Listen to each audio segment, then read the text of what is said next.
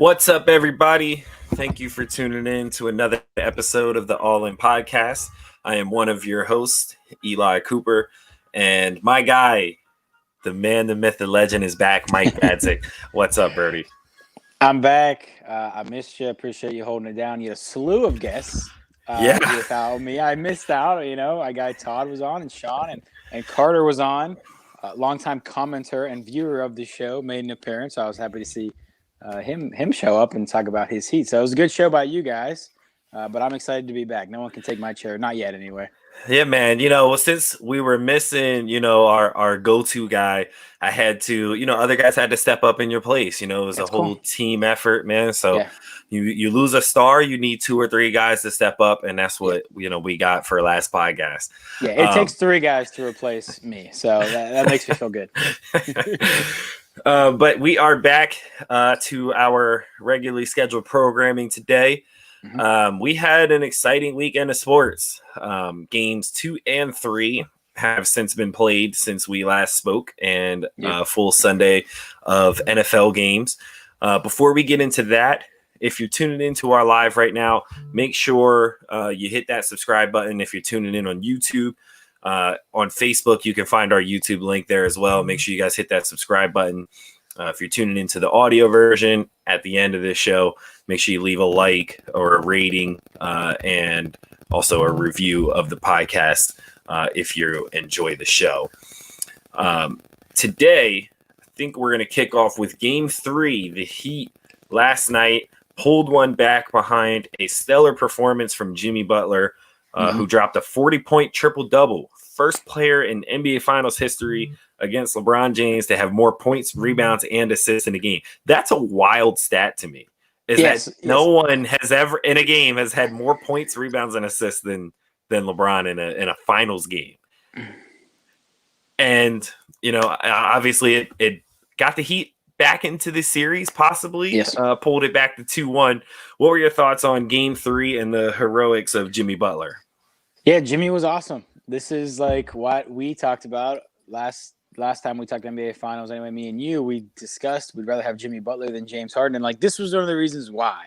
Jimmy Butler is the type of guy who can go out there and give you this type of performance, like a gritty, tough performance, and then talk shit to LeBron. And he really out-LeBroned LeBron. I mean, we've never seen anybody. You mentioned the stat about the points, rebounds, assists, which says mostly good things about LeBron as far as anybody else, and it's super impressive for Jimmy to do that. But we've never actually seen LeBron get outplayed like this in the finals anyway. Kevin Durant probably outplayed him in 2017, maybe 2018. That's kind of hard to compare in 2018, but LeBron was great. But he didn't try to do a LeBron impersonation and beat him. And Jimmy actually did a LeBron impersonation and beat him and kind of just willed this team that we thought it was over. I listened to the podcast you guys did, and I think you actually correctly maybe at first glance, you think that doesn't sound right, but actually Miami's offense has gotten a lot better without Bam. I don't know if it's going small or what they're doing. So credit to you for that, but they actually have gotten a lot better. And the way that they're spacing the floor, I mean, Game 2, they just couldn't get any stops. And this game, I think, and we're going to look back at this and we're going to say probably it was a microcosm and it wasn't a more telling thing. Like Anthony Davis was in foul trouble in the first half. He played pretty much the whole second half, but he was in foul trouble. So, he probably played a little bit differently as far as defensively, especially. So he probably wasn't quite himself, and he had a terrible game. Pretty much locked up Finals MVP for LeBron if they do win it, which I think they still do. But last night probably was my favorite game to watch so far, and it was just the gritty performance. And then we got the stank face from Tyler Hero. He actually didn't have that good of a game, but he was really good down the stretch, and it was a really good stank face. So I was super impressed by the Heat. I still think, if the next logical question is, okay, well, do the Heat have a chance to actually win this series now? I'm probably going to say no to that, and probably think that the Lakers wrap it up in 5-6 probably would be the max. But I think that we need to be celebrating Jimmy Butler today, so that's what I want to talk about the most. Yeah, I mean, he was great last night, and it wasn't, just from a scoring standpoint. It was from obviously he had the triple double, so the rebounding and assists were there. But really, for me, it was also still being Jimmy Butler on the defensive end. A lot of times, like you ask a player to go get you a triple double in an NBA Finals game, and there's some kind of drop off defensively. There wasn't for him in any way, shape, or form. Right. And that's never been the case for him. Is whatever you require from him offensively is not going to affect him on the defensive end for the most part. Which is the most impressive thing I think about him. It makes him one of the most unique stars in the game. Like really, other than like Kawhi Leonard, who I think you could make the case this year that his defense wasn't that great. But like other than him, who's really in that kind of a category? And maybe Anthony Davis, but it's a little bit different as a big man, if you ask me. So, it was interesting to see that aspect of Jimmy Butler's performance and really just kind of the will, right, that he brought to this game. Even with his teammates playing badly for like the first half. Like you said, Tyler Herro was 1 for 8 to start this game in the first half. Yep. And I think he ended up finishing 6 for 18, 17 points. So he showed up much more in the second half. And like you said, down the stretch, and that was key for them. But really it was the Jimmy Butler show for the entire game until he finally got that help later on down the stretch, which was great. And he was still the go-to guy down the stretch. He was seeking out Caldwell Pope, who has been good defensively, but was just too small to guard Jimmy on these switches. And Jimmy was getting to his spot every time and getting whatever shot he wanted.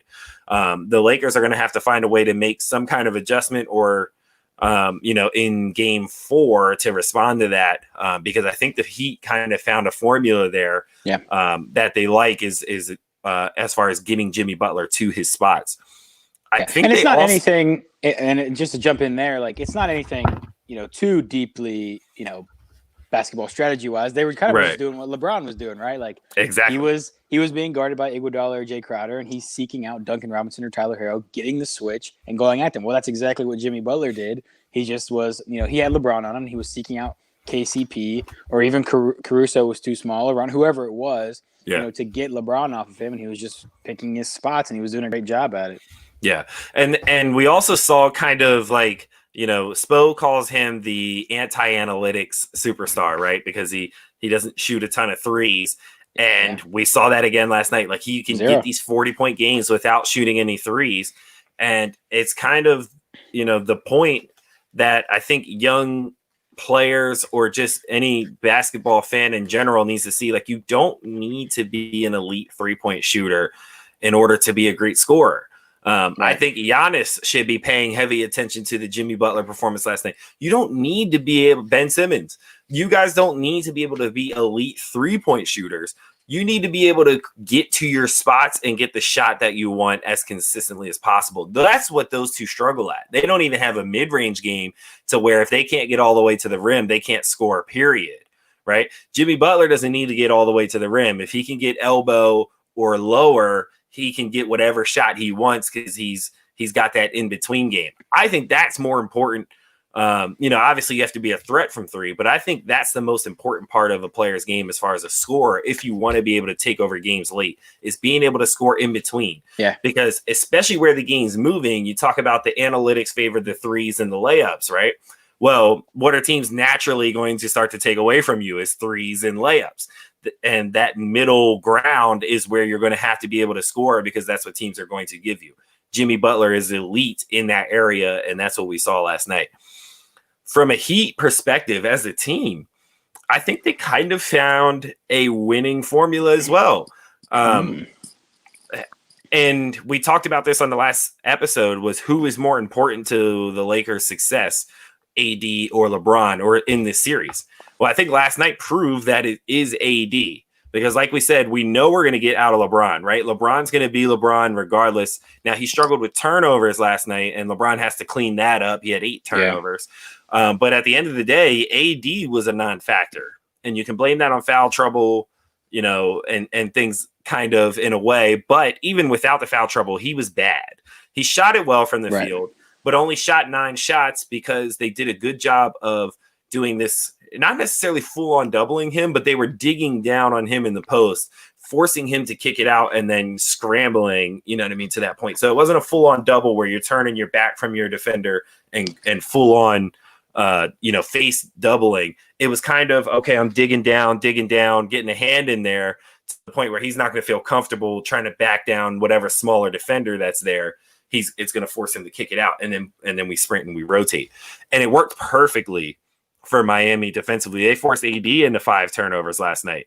Yeah. And then they kept him off the glass. I think that was the most important thing because they got killed on the glass in the first 2 games of this series. So the forced turnovers really kind of helped negate how bad they were on the glass because the Lakers really didn't even get the same amount of shots off. They were able to force turnovers, get out in transition, and run, which is going to be the key for the Heat in this series because they lack the size. You want to be able to, if you want your guards to win their battles and force turnovers so you don't have to worry about the bigs. And that's what we saw last night. Yeah, and Myers Leonard and Kelly Olynyk probably deserve a lot of credit too today because they played really well. I think combined they were like 8 of 12 shooting. Obviously, they're not giving you a ton on defense, but certainly gave a huge rebounding boost. And Jimmy Butler after the game, they asked him, kind of what the biggest difference was, and he was like, "We rebounded." They still lost the rebounding battle, but they didn't lose it by 100 like they had been doing in games 1 and 2. So, right. But you talk about Anthony Davis, and Anthony Davis, like this was a bad game for Anthony Davis. Like LeBron. He almost put up a triple double. He had 8 turnovers, so really almost put up a quadruple double. But he wasn't terrible. AD was pretty bad in this game. We can say, well, he was in foul trouble. Where like maybe I'm old school, but like I actually think players bear a lot of the responsibility when they're in foul trouble, and we should still discredit. Like we should still say it was a bad game, not just because he was in foul trouble. Like it's kind of your fault a lot of the time if you're in foul trouble. A lot of the time, right? Exactly. I'm sure there's exceptions, but like a lot of it is like. Okay, well, how do you get in foul trouble? Well, like, look at his. Like, they were ticky-tack fouls where he was a step behind and he just was – it was almost a product of laziness. But I think that was a microcosm of the entire Laker team last night. Like, there was a little bit of flatness to them. The energy wasn't there like we know that they're able to do. And we've seen this every series now. One game at least, we've seen this where they just come out flat.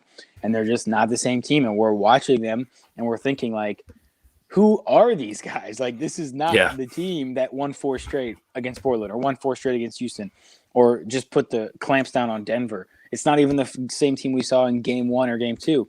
Like, who are these guys? They do this every series. And when we always say now we're kind of accustomed to it. And we come out and we say, yeah, like this was the one game that they're going to blow. But they've done this before. They're going to win the next 2 or they're going to win the next 2 out of 3 and they'll be fine. Now, the problem with that is, I don't think they've played a team as good as the Miami Heat. Definitely not, almost, I would say. The Miami Heat are definitely the best team they played. They're definitely the toughest team that they play in terms of they're not going to roll over and die. And a bigger product of that is Jimmy Butler as the leader of this team is not going to roll over and die. And Coach Spo is the best coach there. So, like, we can't really compare this to the previous 3 series where we said, yeah, they lost this game. They came out flat, but this is what they do. One game, they're going to come out and be better and win this series in 5 or 6. I think that will be the case. I think they will, but I don't think it's a given like maybe we thought against Denver or maybe we thought against Houston. I think they're really going to have to earn it. And because even if you looked at, last night and game 2, well, like Miami didn't play that much better in game 3 compared to game 2. Jimmy Butler had a better game, of course. But if you look at the splits, field goal threes and free throw percentages, like it was about the same Miami team in game 2 and game 3. It was just a matter of the Lakers' energy on offense and creating open looks and making the, extra pass to get the open 3. They didn't do that. And that's why they scored, 120 in game 2 and 104 in game 3. So, like, I think it's on the Lakers to be better, but, like, it's hard to be better. Like, if the Miami Heat are going to score 115 every game, like 114 in game 2 and 115 in game 3, if they can keep that up, well, then, like, this is going to be a good series. Maybe it still goes 5 or 6, but this is going to be a good series. Yeah. So and that's why I had it going 6. I had the Heat taking game 2. I was 1 game away. They need a little more time to prepare for not having Bam and Dragic. But I think I think they figured it out. I do. So wait, are you sticking with Heat in 6, or are you saying Lakers in 6? I had Lakers in 6. I had Lakers in 6. I still think it goes 6 games. I think the Lakers will take game 4. Heat will fight back, take game 6. I mean, take game 5, and I got the Lakers finishing it off in 6. But what were your thoughts late of last few seconds of last night's game? LeBron, AD, and I think one other person walking off with time still left on the clock. They looked visibly upset that they dropped a game here. Yeah, so they asked LeBron after maybe it was today or last night if it was frustration or if he just knew the game was over, and he said both. I don't really like that. I think you typically would want to stay on the court, obviously, they're NBA guys, so, and LeBron is 17-year vet, like he can he's got a lot of control of what he wants to do. But I still think the Heat played really well. It's not like, there was blown calls, or it's not like you should be frustrated. You can be frustrated at yourself, but you also have to give it up to the Heat for how good they played. So I think they probably should have showed a little more respect and stayed on the court. I know you have a hotter take than me, though. Yeah, I didn't like it at all. I really didn't. I thought it was disrespectful, not just to the Heat, but to the game in general. And it created, just in those last few seconds, so much unneeded confusion, because now 3 guys like Jared Dudley has to take his warm up off. He hasn't taken it off all bubble in order to, right. You know what I mean? Because then he has to just step on the court. You know what I mean? That's just so unnecessary when you literally could have just stood there for 3 seconds. You know what I mean? And waited till the buzzer sound and then stormed off the court because you're obviously upset that you lost. Sure. And, I don't think it's a huge deal. You know what I mean? I don't want to act like, oh, LeBron's a classless individual. I'm not going to bash him and say all those kind of things today. But I just think when I watched it, I was like, okay, that's super corny. You know what I mean? Is the vibe that I got from that. And you saw other guys kind of follow him. You know what I mean? I don't think that they were going to strictly walk off the court. I think AD it didn't look like he was going to, and then he sees LeBron going to the locker room and he walks off. And I'm just like, what kind of example is that? You know what I mean? And it kind of reminded me of the Pistons walk off when they finally lost to the Bulls. And you know what I mean? But now it wasn't nearly as drastic as that. Right. So I don't want to put it in that level, but that's how it felt in the moment. And I'm just like, dude, you couldn't stand there for 3 seconds. That's the thing that bothered me the most about it, but it's not a huge deal.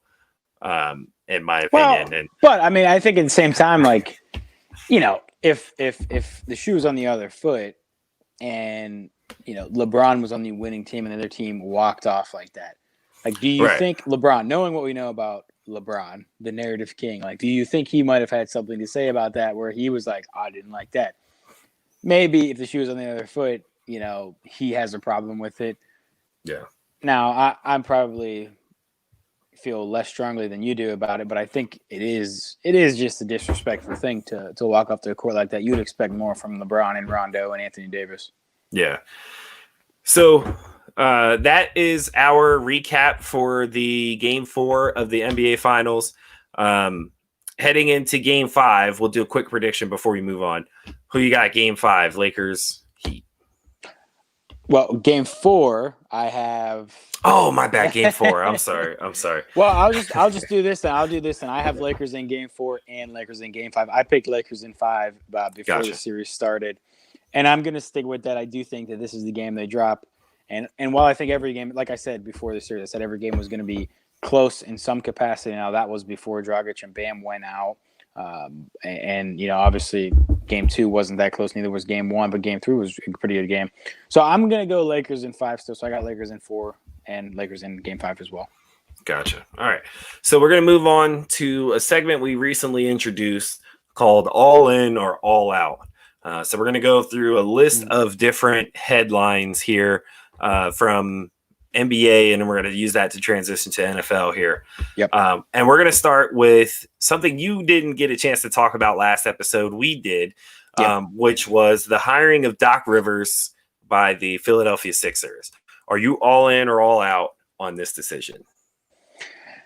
Well, it depends who's on the roster. I think if we're gonna do this again with Ben Simmons and Joel Embiid, I'm gonna say I'm all out. And I think me being all in would be they can win a championship with Doc Rivers. I'm all out on that. I think that this is still a second round exit for these guys. And as much as we love Doc Rivers, he's kind of known for second round exits for the most part. And also Joel Embiid and Ben Simmons are known for second round exits. So I would not be surprised if we still can't see them get over the hump. Now, I think that Doc Rivers has a certain ability to talk to guys, to connect with younger players. And I'm not sure. I mean, probably the over under would be 30 minutes after he got hired. He called Joel Embiid and said, "Hey, man, you need to lose weight." So that might be a reason to be all in because he can command that kind of respect. Right. Do I think that Ben Simmons is going to suddenly discover a jump shot? No, he's never going to have the jump shot. It's never coming. We can wait every year and watch him in the preseason every year. It's never coming. We need to adjust to the reality of him never having that. Now, if he gets Joel Embiid in shape, the roster is still a huge problem, though. The roster is still tore apart with the salary cap situation, with the Tobias and the Al Horford contracts. They kind of really screwed themselves for the next couple of years here. So I'm not sure what kind of wiggle room they have or what kind of move they can make that can fix that situation. Do I think he's a better coach than Brett Brown? Absolutely. Of course. I do think he's a better coach than Brett Brown. And I think the ceiling is definitely higher. So I think it's a great hire, considering what's on the market and considering who was there. So do I think they can win a championship? No, I'm going to say, Sean, I love that. That's very nice of you. Sean just commented and said, I have the best take. So I'm going to say that they're still not a championship contender. So from that perspective, I'd be all out. Yeah, so I was lukewarm about it on the last episode in this case, and I thought about it, and you know what? I'm all in. I'm all in on Doc Rivers, and here's why.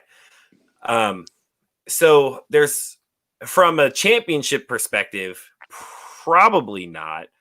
But from fixing this roster, yes. I think Doc Rivers has proven that he's actually pretty good at developing good rosters. It's part of the reason we're so surprised when his teams flop is because they usually have good rosters, right? Sure. So I think, he's going to have some influence here in discussing with Elton Brand about how they want to restructure or rebuild this team. And I think he's pretty good at that. I think his name alone attracts free agents. I don't think like the perspective we have on him as far as like blowing leads and maybe not being a top 7 coach, I don't think that is felt around the NBA amongst the players. I still think they have the utmost respect for him. I just watched JJ Redick on All the Smoke podcast talk about it, and he was shocked. Like, people in the NBA were not expecting this. We kind of saw it coming. Because we started raising those questions, but I don't think NBA players are quite there yet. So from a recruitment standpoint, I think he's huge for Philly.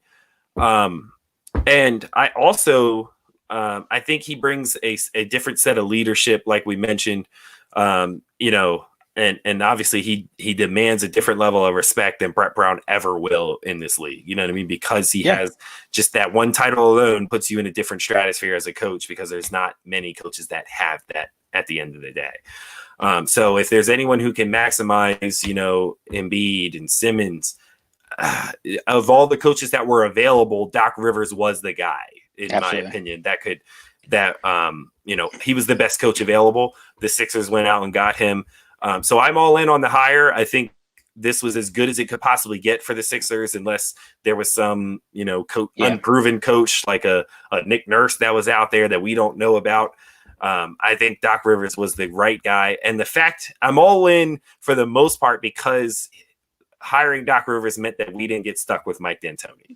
I like that for you guys. That's what I was all in for. So and just quickly on Doc, last thing is, I think you could actually make a case that he's probably better than what we've even been giving him credit for, just from a perspective. Yes, he does command the respect, especially probably with these younger guys who, they've been under Brett Brown. I think they're going to respect anybody a lot more than Brett Brown. no offense, but he just didn't command a room like that. Maybe it was the accent. Maybe it was the fact he didn't know what he was doing. But you look at the guys that Doc had when we talk about them choking and them losing these playoffs. Well, and I know Sean's watching and he's going to hate this, but Chris Paul never gets out of the second round. So he had Chris Paul and couldn't get out of the second round. Okay, no surprise there.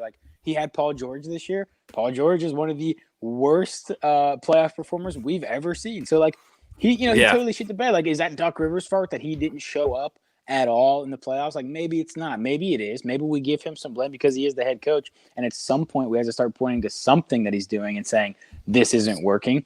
But maybe, change of scenery. We give him a good chance with a young roster. And hey, you know what? He can maybe do some things for you guys. Yeah. So and also I think it might be easier to move Horford's contract than I thought. A lot of teams that are rebuilding will take a bad contract. But a team that's not rebuilding that might want to take a longer look at Horford is Clippers. Their 5 positions cannot play any type of defense. Horford can, and would still fit their kind of, style that they want to switch and everything like that. Horford's good at switching on guards still. That's still a strength of his. And he's not nearly as bad as he played in Philly. He was just playing out of position. He's a natural, he's a 5 in today's NBA, not a 4. So, I think teams, maybe if there's a team out there that's contending that will say, well, we can get more out of Horford. And really in the Clippers situation, I don't know how the contracts work out, but maybe if I were them, maybe you give up a Lou Will because the Sixers need some perimeter scoring. Yeah. But what do you give up, Lou Will? Lou Will kind of sucks. Let's be honest. I mean, he in the playoffs, he's really bad all the time. Him and Jamal Crawford. We love him and Jamal Crawford because they make a great mixtape. But they're actually not that good, and we saw it this year. Lou Will was pretty terrible. Now, I think a team who could use an Al Horford type deal and has a contract to match might be the Houston Rockets. Depending on the coach that comes in, maybe there's a Horford Russ type of flop. And maybe that works out for both sides. So, you know what? Maybe it is movable. I think a lot of teams have a guy who's in a bad contract situation. You might be able to make something work. Yeah. All right. So let's move on to our next topic for All In, All Out. And this one was actually reported a couple of weeks ago, but we're just now getting to it today. The T-Wolves were reportedly interested in LaMelo at the number 1 pick and taking a strong look at him. So I guess my question is, are you all in or all out with LaMelo being the number 1 pick, 1, and 2, LaMelo and D'Angelo Russell backcourt? Are you all in or all out on that? I am all out on both of those things. Very probably one more than the other. I guess, Hey, listen, with the LaMelo Ball thing, and we talked about this on our mock draft, and we'll be talking about it soon, it just wasn't very good in Australia. He went there and we were expecting a lot, but if we actually watch some of these games, it was kind of bad to watch, almost insufferable to watch at times. And again, another guy who makes a great mixtape on Twitter, but he's actually not that good. The shooting form makes no sense. And he also came out and said a couple of weeks ago that he has no plans on changing the shooting form. That is a problem. He shoots from here with 2 hands. He's not going to be able to get that shot off consistently at the NBA level. And he doesn't have a quick enough release or a quick enough first step to want to shoot that way. So I don't like LaMelo Ball. I think the attitude is not one I'd want on the team. The shoot first type point guard that we've talked about plenty of times now. I'm always, most of the time, I'm always going to be all out on that. See Trae Young in Atlanta, it looks cool sometimes. It doesn't work most of the time. So I don't think I'd be taking LaMelo Ball at 1. I don't know where I'd be taking LaMelo Ball. Now, when we did our mock draft, I don't know if you remember, when we did our mock draft, we had LaMelo going to the T-Wolves. But when we did that was before the lottery was actually done, and we had them at the 6th pick, I think. We had them at the 6th pick, and we had them taking LaMelo there. By default, really. By default, really, because he had fallen, and we're someone is going to take him in the top 7. So and the next question is, does he fit with D'Angelo Russell? No, he doesn't fit with D'Angelo Russell. And you know why he doesn't fit with D'Angelo Russell? Because he wouldn't fit with any guard. Because no one is going to say, yeah, you take the ball all the time, and you're not that good. And you know what? D'Angelo Russell kind of has a similar problem And Jimmy Butler, who we have been talking about so much these past couple weeks, he called this T-Wolves culture out when he was there with Karl Anthony Towns. Yeah. They're losers. D'Angelo Russell, he's a loser. Like, I don't want, if I'm LaMelo Ball, I don't know if I want to go to Minnesota, right? Like, we talk about this culture, right? Like, we talk about Philly. Like, how many times have we talked about Philly? And I brought this up before. It's like, when you always lose, you become a loser. And losers lose. Losing breeds losing, just like winning breeds winning. Yeah. And D'Angelo Russell has become a loser. Karl Anthony Towns has become a loser. I think they're good players. I think, they might be making all-star teams on 30-win teams, though. I don't know if I want those guys on my squad. And I definitely don't want D'Angelo Russell and LaMelo Ball on the same team. I think that's just a problem waiting to happen as far as usage rates. You can only have the ball so many times in your hands. I'm out on both of them. Yeah, I'm also way out on LaMelo Ball at the T-Wolves in this situation. I think you're asking for a nightmare if you want to pair these two in the backcourt because neither of them are good defenders or really even just not just good defenders, but like willing defenders. Like they don't even want to compete on the defensive end. And it's not like Karl Anthony Towns is some kind of elite rim protector. So, that's not the kind of culture that I think I would want if I'm the T-Wolves, to start off with. I think LaMelo's talented. You're obviously not a fan. I'm not a fan of the shoot first point guard. I think he's become a much better playmaker than he was, earlier on in his high school days. He's grown, his game has grown. To become a better facilitator, but he's still someone who really needs to have the ball in his hands a lot. He hasn't shown that he can play without it really that much as far as the last few years. He's been someone, and he hasn't had to. Right, exactly. So we don't, and D'Angelo Russell's not a guy who really wants to play without the basketball either. Like he can, but he would rather have the ball in his hands and be in high pick and roll, pick and pop situations. So you have two guys doing that for an entire game. That just doesn't seem like a good fit to me. And I know that, the NBA is kind of moving in that direction where we just have like two guys that run a bunch of high pick and rolls, but like, who's that really working out for? Like the two teams that are in the finals right now don't play basketball like that. The Celtics really don't play basketball like that. Who was even the Nuggets aren't necessarily like when they need to go to it, they'll run their Jokic and Murray like high pick and rolls, but like they get movement, for the most part throughout the game. Before that, most of the time Jokic is bringing the ball up. So, it's certainly not one person dominating the ball in the Nuggets offense. So like you look at the final four teams that made it to the conference finals, none of them play like that. And I'm just trying to figure out why NBA teams want to structure their teams like this to have guards that don't play any defense but want to shoot the ball all the time. That is counterproductive. Sell tickets, sell jerseys. Yeah. And you know what? Be cool That's exactly Twitter. what it is. That's exactly what it is. Because Minnesota is like, realistically, are they ever going to develop a championship team there? Maybe not, right? But can they put butts in the stands with LaMelo Ball? Absolutely. That's box office. LaMelo, D'Angelo Russell. Right, and Karl Anthony Towns, their TV ratings would be so much better because everybody would want to see that dynamic work in those high shootout scoring games that they'd obviously be in. But like they would be bad. So from a team structure standpoint, I'm all out on that.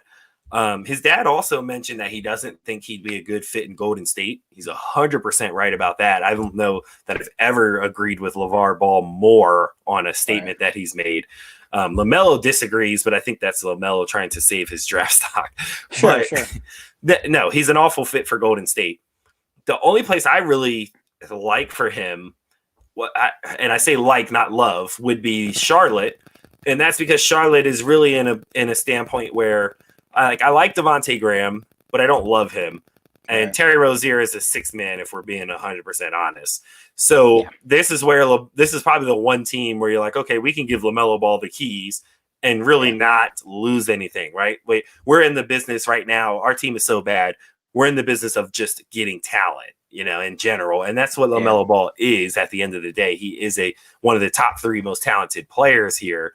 Right. And especially at that third pick, if the draft goes how I think it will go, which is Edwards, Wiseman, and then LaMelo, like he would be the obvious choice there for me, especially for a team that's trying to get as much talent as possible. And then, you kind of figure it out, whatever you want to do with Terry Rozier. I think you could still play Graham with him, but it doesn't it's not great. But I don't think the Hornets are expecting to put for this team to be playoff ready next year anyway. So you're just getting LaMelo and saying, all right, we have our piece. Let's build a team around LaMelo because we think he's the guy. That's the only situation that I really see that he fits in. Yeah, but I mean, I think Charlotte, at least to some degree, like here's the thing, like I agree with you. Like I think the places that make the most sense for LaMelo are just talent barren places where you can just say like, all right, like fuck it, or excuse me, like screw it, like we'll just give this guy the keys. Like right.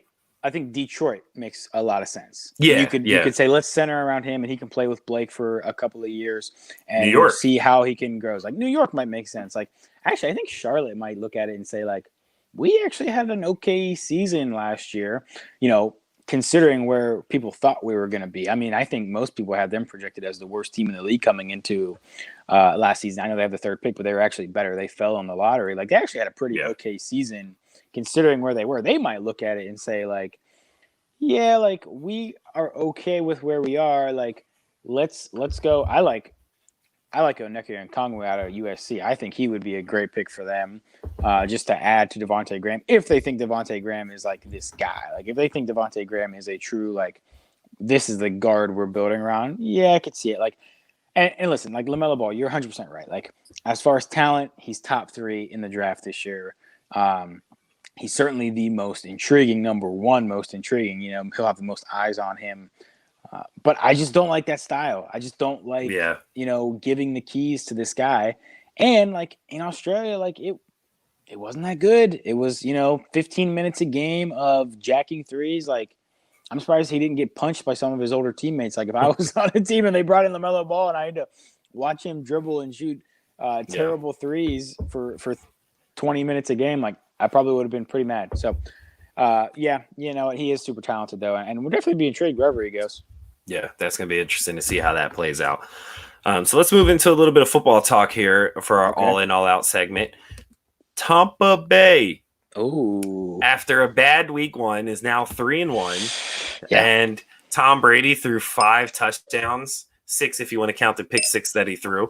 But he threw 5 touchdowns to his teammates on Sunday, and the Bucs are sitting at 3-1. Are you all in or all out on Tampa Bay? I guess I'm all in. I wasn't, but I guess I am. And you look at the division, I don't think the Saints are that good right now, right? So if we're looking at it from that perspective, it looks like they're going to win that division. I'm sure they, this is the long season, and they're going to have a matchup down here, down the road that will probably decide that division. But they're definitely a playoff team, and the defense has looked really good. Justin Herbert kind of was dealing a little bit there. Like, how about him going out there against that defense? I like him too. Like, it's hard to make judgments on guys, but he just, sometimes you can just look at a rookie and be like, he looks like he could play quarterback in the NFL, right? Like Joe Burrow, you can kind of watch him and be like, he looks like he could play quarterback here. You know what I mean? Yeah. But Herbert looks like that. But Tampa Bay, like, I don't know what's not to like right now. Like, is Brady going to hold up with the arm? Like, there's still some throws where I watch it and I'm like, that doesn't look like a Tom Brady throw. And then there's some throws. There was a couple of them, maybe 4 or 5 or 6 in this game, where you're thinking like, wow, that's not expected from a 43-year-old quarterback. Like, how is he doing that? He had a couple of dimes. So if he can keep that up, I mean, if they're going to go out here with that defense, right? And even if, most of the time I think that defense is going to play really well because I think that they're super talented.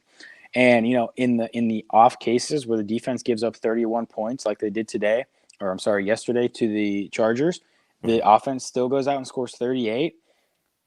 That is a tough team to beat. I don't like, but if you look at the NFC right now, if we go through these teams in the NFC who we thought were going to be these Super Bowl contenders, the Saints don't look like they quite have it. They certainly aren't convincing anyway. No. The 49ers are just have so many injuries right now. I think 40% of their salary cap is on IR this season. So it's hard to think that they're going to be in it.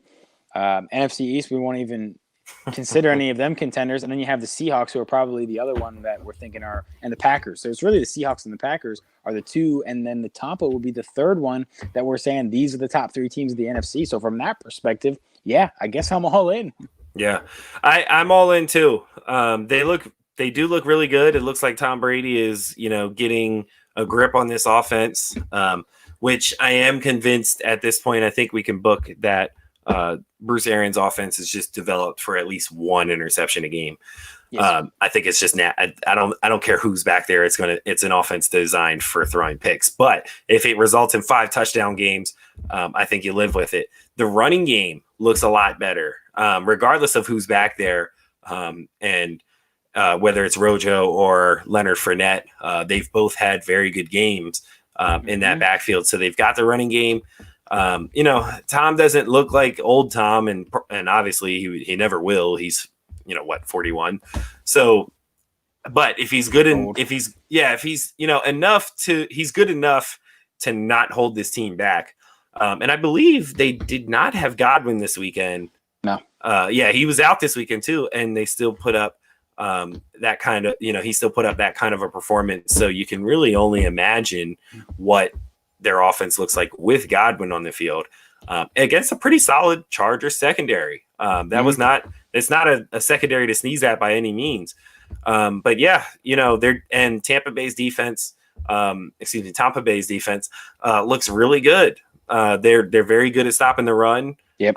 Especially a Chargers team that runs the ball well for the most part.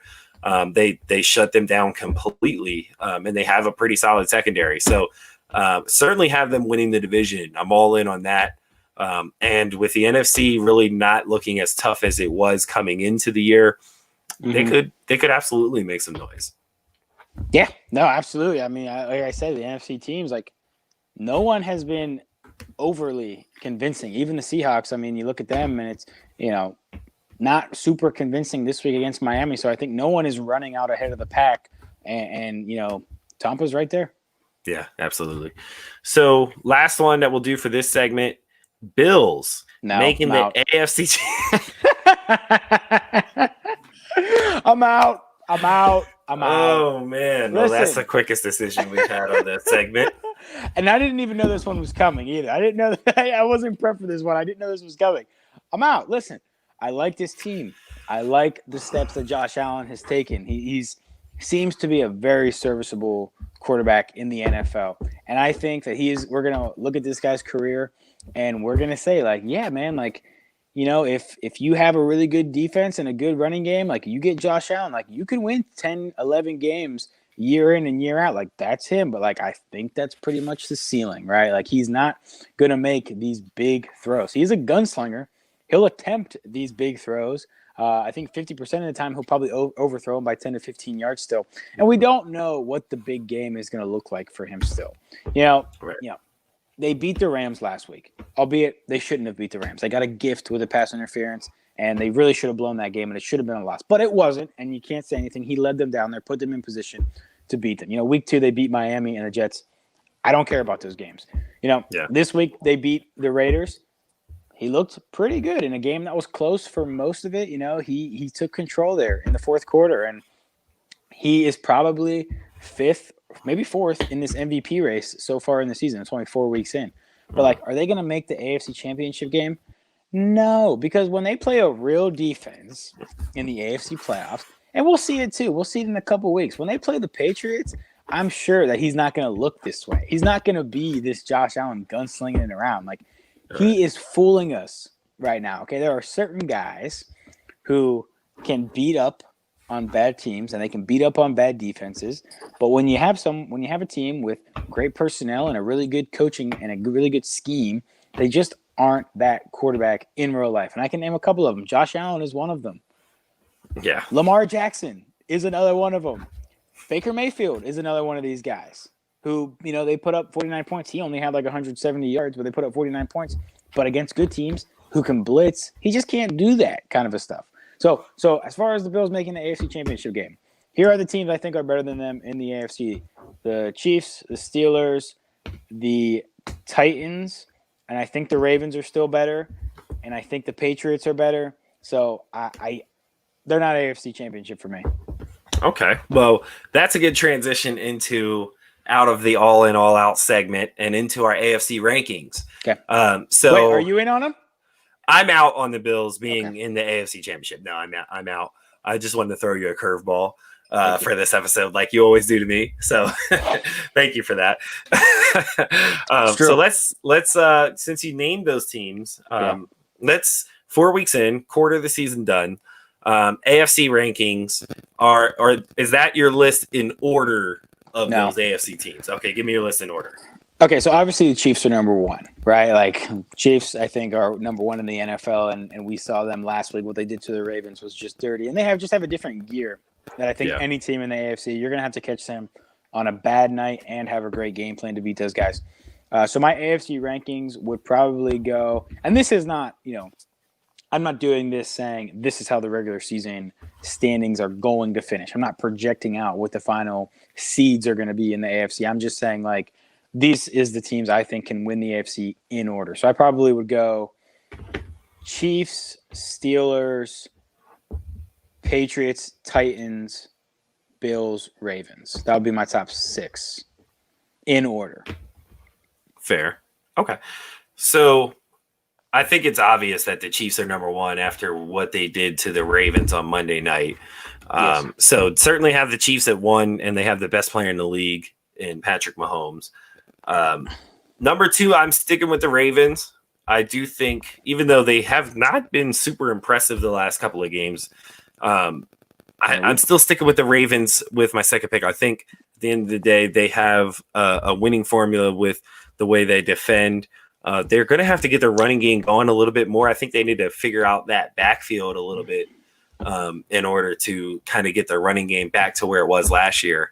But again, when you have Lamar Jackson, that makes your running game 10 times better. Right. And we still need to see Lamar Jackson be able to make like elite throws outside the numbers. And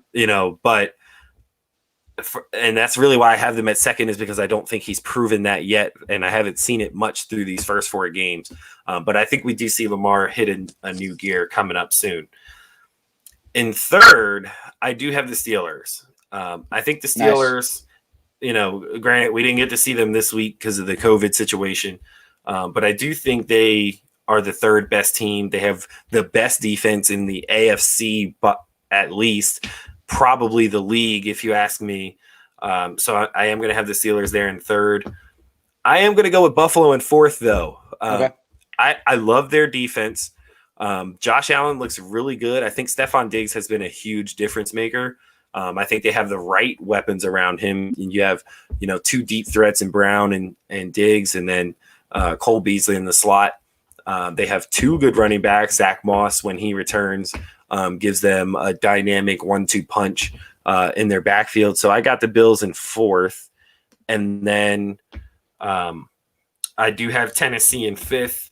And then Cleveland in sixth. I think Cleveland's looked. Cleveland. I think Cleveland's looked really good. Despite Baker Mayfield's best attempts to sabotage the team. And then I have Indianapolis in seventh. I like Indianapolis. I like Indy. They look good so far. So that's going to be my top 7 for the Patriots. AFC. Not yet. And the only reason why is because I'm not sure. I'm not 100% sold on their passing game yet. I think they're very heavily reliant on Julian Edelman. They showed some flaws to me in that Raiders game that they last played. So I do have the Patriots on the outside looking in right now. And I have the Ravens pretty far down. And listen, you have to do it once in the playoffs to get the kind of respect from me anyway. It's like, they kind of feel like a good bad team, or maybe they're not even a good bad team, but they're a great good team where when they play bad teams, they're fantastic. We knew, was there any doubt that they were going to kick the crap out of the Redskins? Or, I'm sorry, not the Redskins, the Washington football team this weekend. Like, of course, they were going to beat the crap out of them because Yeah. they beat up on teams who aren't as good as them. But, like, when they play better teams, and we even saw this last year, like, when they played the Steelers last year in the regular season, like, they should have lost the first time around. And the Steelers had a really good game plan for Lamar Jackson. I mean, there was a Juju fumble, and it caused overtime, and then a roughing the passer penalty, and they lost, and the Ravens won the game. They beat Mason Rudolph in overtime in Pittsburgh.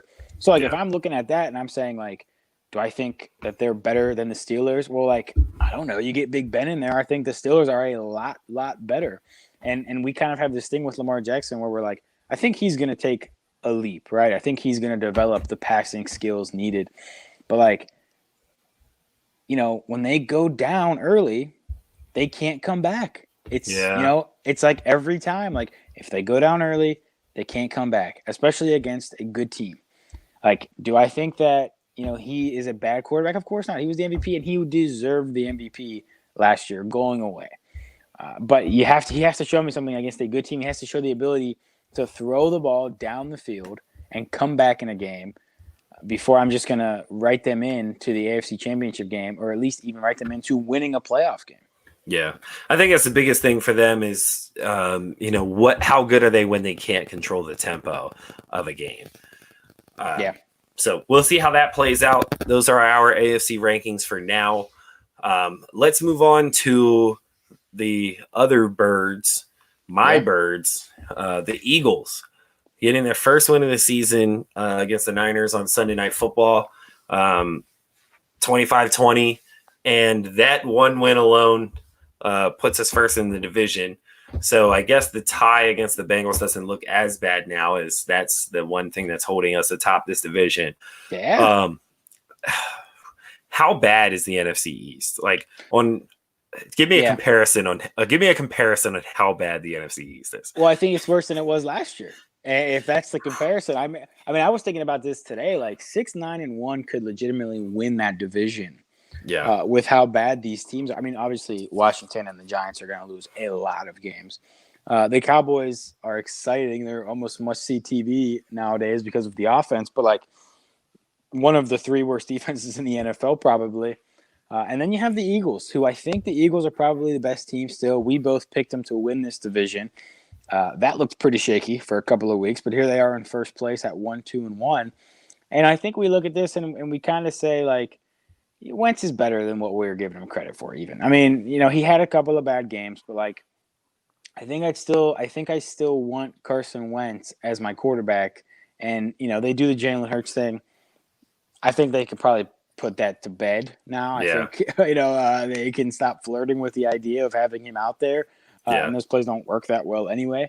Never but Wentz, have. But Wentz deserves a lot of credit, actually, for the way that he battled and how he came back. Like, this was a San Francisco team who they're dealing with a ton of injuries, starting their backup quarterback. But like they also won 36-9 last week with those same players. So I don't think that, the players don't really make the team in San Francisco so much as the system does. Yeah. And, they couldn't stop Carson Wentz from winning the game. So I think he deserves a lot of credit. I think the Eagles, I think Peterson deserves credit right now for being in first place. Yes, they're 1-2-1. But, it doesn't really matter what the record is. If they're the 4 seed, they're hosting a playoff game. Yeah. So I think, the NFC East is obviously terrible, but you just got to get in. Get into the dance, anything can happen. So I'm feeling good about the Eagles right now. It was a good night. For me, my wife was a lot happier that the Eagles won. Finally, they won. So it was a good Sunday for me. But you know what? I think that they are the best team in the NFC East. Yeah, which doesn't make me feel any better. No. But I'll take another playoff appearance, even if it's in a 7-8-1 season, whatever. I love seeing the Cowboys struggle, so that's always a plus. And on any Sunday where the Cowboys lose and the Eagles win, that's a great Sunday. But yeah, man, the NFC East is bad. It's awful. Mm-hmm. It's like Doc Rivers with a 3-1 lead bad. Oh my gosh, yeah. It ain't that bad. it's like as bad as the Republican Party's integrity. Oh man! You know, I mean, what else? Like Shaq at the foul line. Like it's that bad. You know, so which we expected from the Giants and the Redskins. But the fact that the Cowboys consistently put up close to 40 points and can't get a win makes no sense to me. And it kind of, as great as CeeDee Lamb looked this week against the Browns, it kind of makes that draft pick look dumb because like that wasn't the issue, right? Like you have holes in that defense. Clearly, the Browns put up 40 on you. And don't get me wrong, 49. Like, they almost put up a 50 burger. Come on, a struggling Browns offense. You know, and granted, they can run the football. But normally running teams don't put up 49 points to the point where Jarvis Landry threw for a touchdown. Chubb got hurt. Yes, and then Chubb got hurt, and you still gave up a 50-plus yard run at the end to OBJ. So it's just like that defense is atrocious, and they didn't address it in the offseason, and that's why they're sitting at 1-3 right now. Dak Prescott can throw for all the yards he wants. He's on record to throw for like 1 million this year. Or on pace to throw for like 1 million this year, and it's not really going to amount to anything. And this is typical, you know, Cowboys type of football, I guess. Right. While the Eagles are out grinding ugly wins. So does Jerry Jones and Stephen Jones tear apart the defense on purpose so that they go 6-10, and despite Dak's great stats, they say, "Oh, well, we can't pay because you went 6-10." Yeah, maybe that was their evil plan this entire time. I don't know. But yeah, I mean, it's crazy that he's having this incredible year throwing the ball, and it's probably not going to get him paid because it doesn't translate into wins. Strange, but you know, it is what it is. So I do think the Eagles are going to win the division. And I feel pretty confident saying that, even though they're pretty bad. Not really pretty bad. They're very bad. And again, we're back in the situation we were in last year where Carson's throwing to practice squad players and Greg Ward. You know, so maybe, you know, we get healthy a little bit. Maybe, you know, at least Deshaun Jackson or Alshon come back soon, and they'll look a little bit better. But like, it's tough to watch. It really is. It is tough to watch. The D's holding up. The defense is holding up, so that's good. So, you know, they play the Steelers next week, right? Yeah. So, I mean, but 1-3-1 is still atop the division. So, you think they're going to lose to the Steelers? Yeah, that's a loss. Man! All of a sudden, we could do a little wager on that. Okay. We could maybe point spread bet it. Oh my God! Whatever the point spread. We definitely can't do money line. We can't money line bet that. The point spread. The point spread is 7. I'll take the Eagles plus 7. I don't know. I think I like Eagles plus 7 too. The Steelers just don't beat up on teams, but I do think Steelers will win too. All right. Well, we'll set up some kind of wager. Yeah. Like one of us has to gets to send the tweet of the other's choice, and I get to type out a tweet. You have to hit send. Okay, deal. I'll take Steelers. Okay, give me 4 then. I'll give you 4 points. All right, I'll take the 4. I'll take the 4. I like that. All right, so let's close out today's show with some breaking news that we actually got beforehand. Yes. Was that Bill O'Brien fired after an 0-4 start with the Houston Texans? And granted, they had a very tough schedule to start in those first 3 games. I thought yesterday was a winnable game for them. But as we talked about earlier, losing mindsets set in quickly, and we've seen that. And after the offseason that the Texans just had, where they not only traded DeAndre Hopkins, but a lot came out about Bill O'Brien and Hopkins' relationship and, you know, his relationship with players, things like that. An 0-4 start was the last thing he needed, and he gets the boot. Safe to say this is justified, right? Yeah, absolutely. You know, if nothing else, he should have been fired from the GM spot a long time ago. And we've seen this before, right? We saw this with Doc Rivers. Actually, it's funny. We were just talking about Doc Rivers and him getting fired. Like, he was the GM/head coach of the Clippers when Steve Ballmer first bought the team. And, like, even he was in over his head doing that. Like, those are 2 really hard jobs. Like, no one should have both of those jobs. Even look at the Spurs since Popovich has been GM/coach. Like, that doesn't really work that well in any sport. for anybody. So to think Bill O'Brien was going to be able to do this GM/head coach thing really was unrealistic. And we kind of call this, I remember saying anyway, like this is probably going to be the year that these bad moves catch up with him. Yeah. Because it was just one after another. And then now it's not even looking at this season that they're 0-4, projecting out for the next few seasons. Like he kind of screwed them for the next few years. I agree. I saw today Miami has their first and second round picks next year, which is not good for an 0-4 team. So obviously it's early, and they could probably turn that around and make that a mid round pick, depending on who comes in. But it's kind of, I mean, by firing the coach now, you're almost saying like we're not going to get it done. Well, we're not going to get it done, but they're also saying like, okay, like these guys have our picks for the first and second round. We don't have a lot of our picks for the coming years. Yeah. Let's do this now. It's like cut the head off the snake now. Try to get something out of this season, even if getting something is 8-8. So you're not losing top 5 and top 10 picks.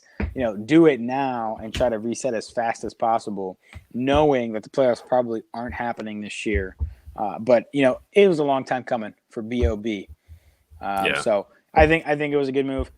But let's say some credit due, right? So he won 5 division titles, which is kind of surprising to hear. Like he coached the team for I think last year was his 6th year. So 14, 15, 16, 17, 18, 19. So he coached for 6 years, and then this was his 7th year.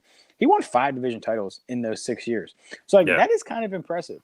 But I think when you look at the context around it and you say, okay, well, he kind of destroyed the roster to get to that point.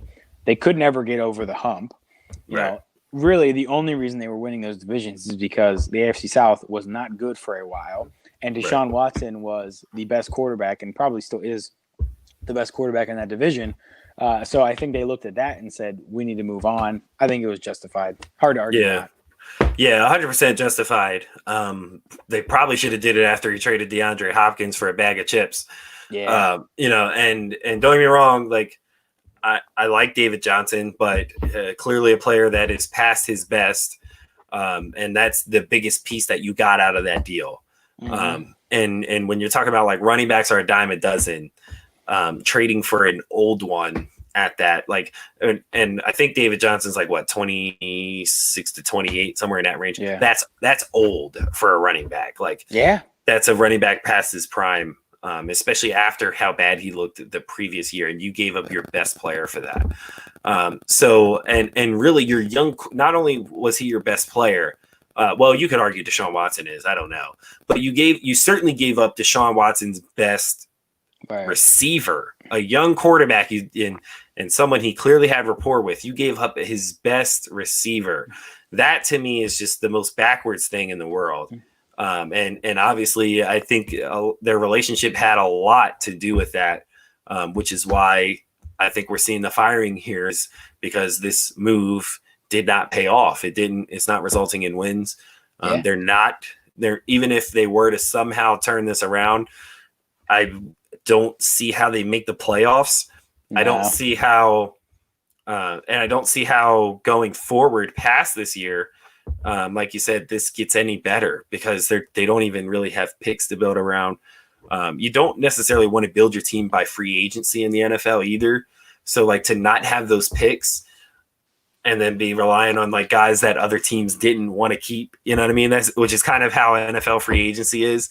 It's not really player empowerment. It's guys who didn't get picked, who didn't get re-signed by the teams they were on.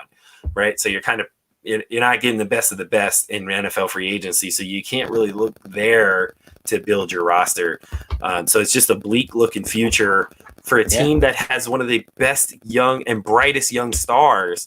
You're talking about their future is bleak, and that alone is where you kind of like, and you're responsible for that. You absolutely have to go. Yeah, I mean, he fumbled it, and it just shows you like.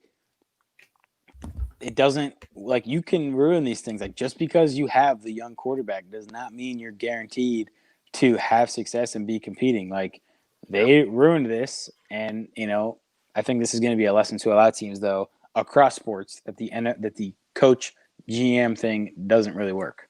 Yeah, definitely. So that wraps up our topics for today's show. Before we sign off, we want to talk about a few things we have going on at the network. We got a new episode of Rain and Bliss coming at you soon. Stay tuned. We're gonna get that. We had a pretty crazy week, this week. So their new episode will be coming up soon. We also have a new article out by Mike Burton Moran, who's been writing some interesting political pieces for the website, political opinion pieces on the website. Yes. And they are very interesting reads. So I highly recommend them.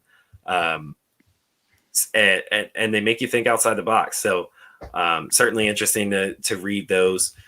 You can find our merch stores on our website, allinnetwork.net. Hoodie season is upon us. Get yourself an All In Podcast hoodie or Rain and Bliss hoodie. I got one on the way. So make sure you guys go ahead and grab those. Make sure you follow us on social media. You can see them at the bottom of your screen if you're watching on YouTube. If you're listening on audio, Twitter, we're at all_in_pod. Instagram and Facebook, both All In Network. Make sure you follow me and Mike as well. I'm at EL1_Coop. And Mike is at King in the Mic as well, to get our hot takes on Twitter and Instagram. Mike, any last words before we sign off for today?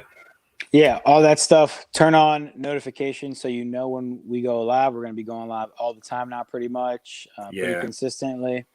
And follow us on Twitter and connect us with other podcasts you listen to. We like to have people on and we like to go places. So connect us. We like to do that. So just make sure you're following us on all the socials. Also, I know we don't talk about it much, but there is some really good baseball going on with the playoffs. I know it kind of is getting lost with all the football and basketball, but there is a great game going on right now with Oakland and Houston. So we're going to be tuned into that, hopefully talking about that pretty soon. But follow us, guys, and stay connected with us. Allinnetwork.net is the best place to go to find all things All In Network. Yeah, thank you guys again for tuning in to another episode 44 of the All In Podcast. We will see you guys again later this week, and you guys have a great night. Thanks, everyone.